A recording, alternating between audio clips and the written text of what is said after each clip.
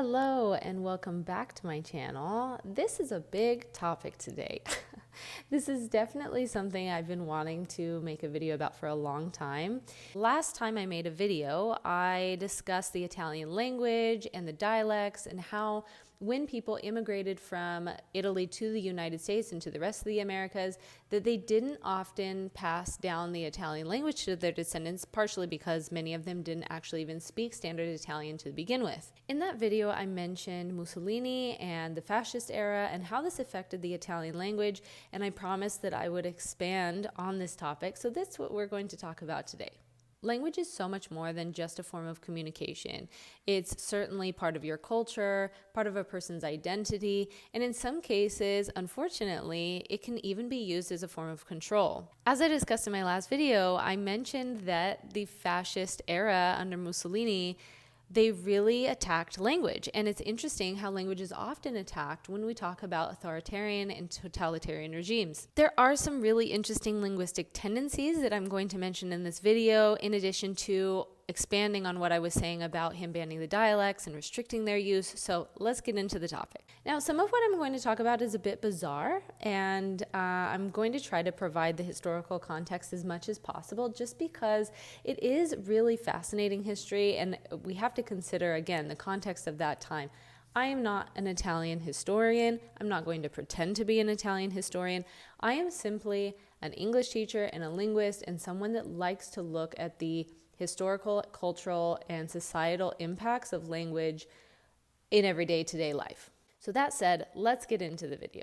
So let me tell you how I even got on this topic in the first place, okay? So basically in 2018, that was the first time that I went to Calabria and I actually spoke Italian. So I could communicate, I was autonomous in the language, and I spoke it well enough at that time that I was able to pick up on lots of different linguistic tendencies.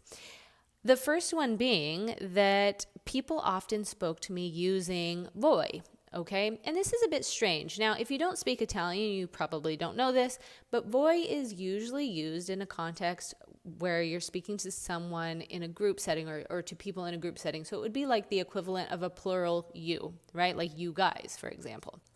Now, in standard Italian, lei is usually used in a formal you situation. In English, we don't have a formal you. We used to a long time ago, but we don't use that form anymore.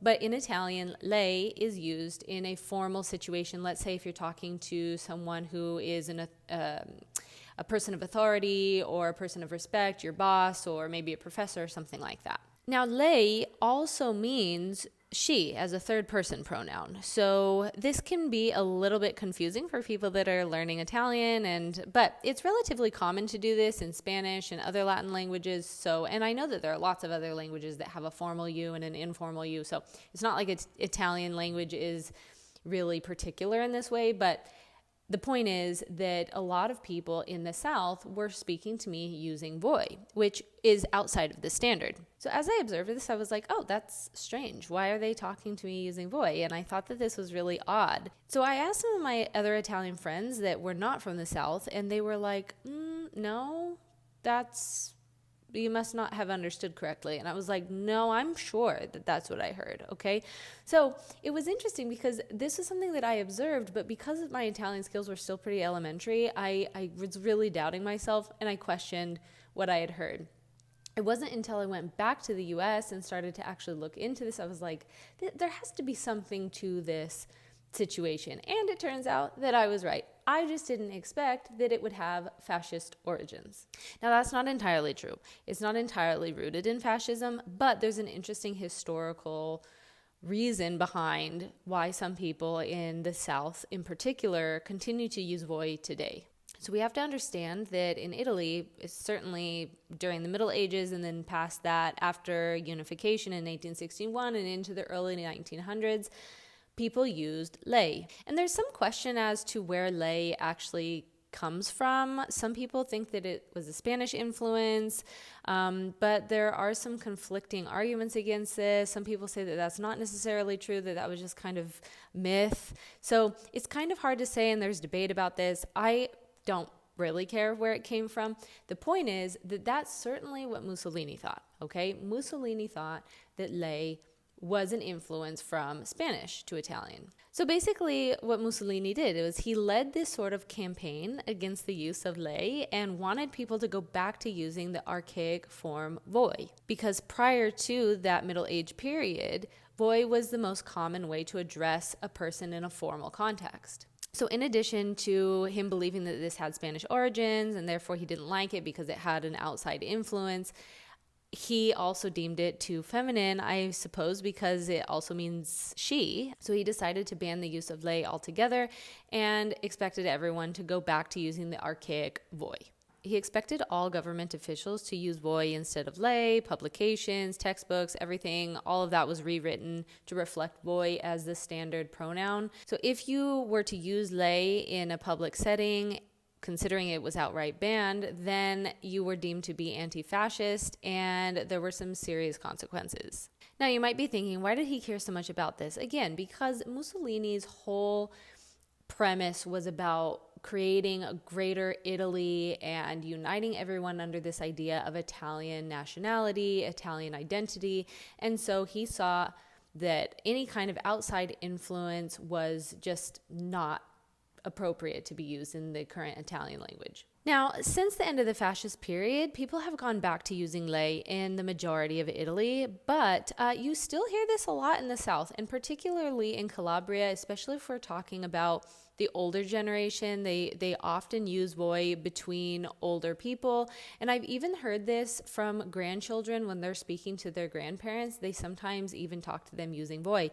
So I've heard this several times, and I've observed it in many social circles. An important question might be, why in the South have they still continued to use voi? Well, there are several reasons for this, and some of this is theory, and I don't know the exact reasons for this, but at very least, we know that voi was often used in many of the dialects, since voi was common in Latin, and a lot of these Italian dialects or dialects that we see in Italy today are actually much closer just to the Latin language, right? So since that was something that was really common in Latin, it probably got rooted into the dialects, and therefore it's just much more comfortable for people that are used to speaking regional dialects. Another theory is that in the South, because it was less developed, there was less infrastructure, less technology and so on, transmission of information wasn't as quick, and so people were much slower to start adopting lei again, even after the era of fascism had fallen, right? So it's kind of interesting to observe that this is something that still persists. You can still see it. You would just have to spend a lot of time in the South to be aware of it. And I think also you would have to be aware of course, the Italian language and the tendencies today. Something else that I mentioned in the last video that I did was that Mussolini also had it out for the dialects, right? He wanted people, again, to unite under this Italian identity, this singular Italian language. And so as a result, he banned the use of dialects, or at least heavily restricted most of them. Before unification in 1861, there were literally hundreds of dialects, so people continued speaking their dialects even post-unification. And it wasn't until the early 1900s that Italian language started to become the more standardized and certainly the common language for people to use in publication and education and so on, okay? Now, this became really complicated because a lot of people just spoke the regional dialects. They still didn't actually speak and use Italian, especially in day-to-day circumstances. So as a result, when Mussolini banned the use of dialects, it forced people to have to use standard Italian, which in some ways was almost like using a foreign language altogether. He banned dialects from use in schools, in publications, certainly in propaganda. It was the way that he envisioned Italy united under this national Italian identity. Propaganda in those days promoted this idea that the use of dialects were low class and anti-intellectual, that people that used them were against the regime, and that this was sort of rebelling against the regime and against the fascist ideology. Using your local dialect was actually seen as unpatriotic and also anti-Italian. He banned the use of foreign words altogether. He didn't like that there were some words that were becoming anglicized. In other words, that English words were starting to become common use in the Italian language. Interestingly, and there's actually a really fascinating documentary about this topic, but when it comes to dubbing films, believe it or not, Italian language dubbers are some of the best paid and most popular in the world of dubbing films. The reason for this, again, has fascist origins, because any films that came from outside of the country, Mussolini didn't want promoted in the original language that it was filmed in. So he only allowed films that were dubbed into Italian. This is interesting because if you go to Italy today, any films that are foreign, they dub them. They still have this practice of dubbing films, which we see in other places. Okay, it's not uncommon to see dubbed films. I just think it's fascinating that they prefer dubbed films over just putting subtitles, because like in the US, generally speaking, if we have a foreign film, we don't dub it, we just have English subtitles and whatever the film's original language is. Anyway, this is a relatively short history of how Italian fascism really took a stronghold, affected the language, still continues to affect the language today, and certainly how it's affected the dialects, because a lot of the dialects are dying out. People are speaking them less and less. Now, the question is, to what extent should a country regulate language? Should a country have an official language? Is it ever okay to ban the use of language? Of course, these are all really hot button issues right now. This is something that we continue to observe today.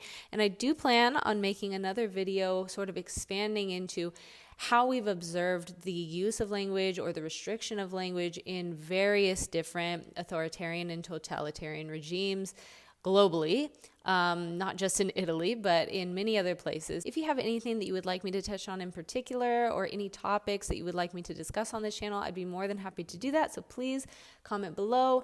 Thank you so much for watching. I hope you enjoyed this video. I hope it was informative, and I hope to see you back soon. Please like, share, comment, subscribe. It really helps the channel out. I appreciate it so much. And I will see you in the next video.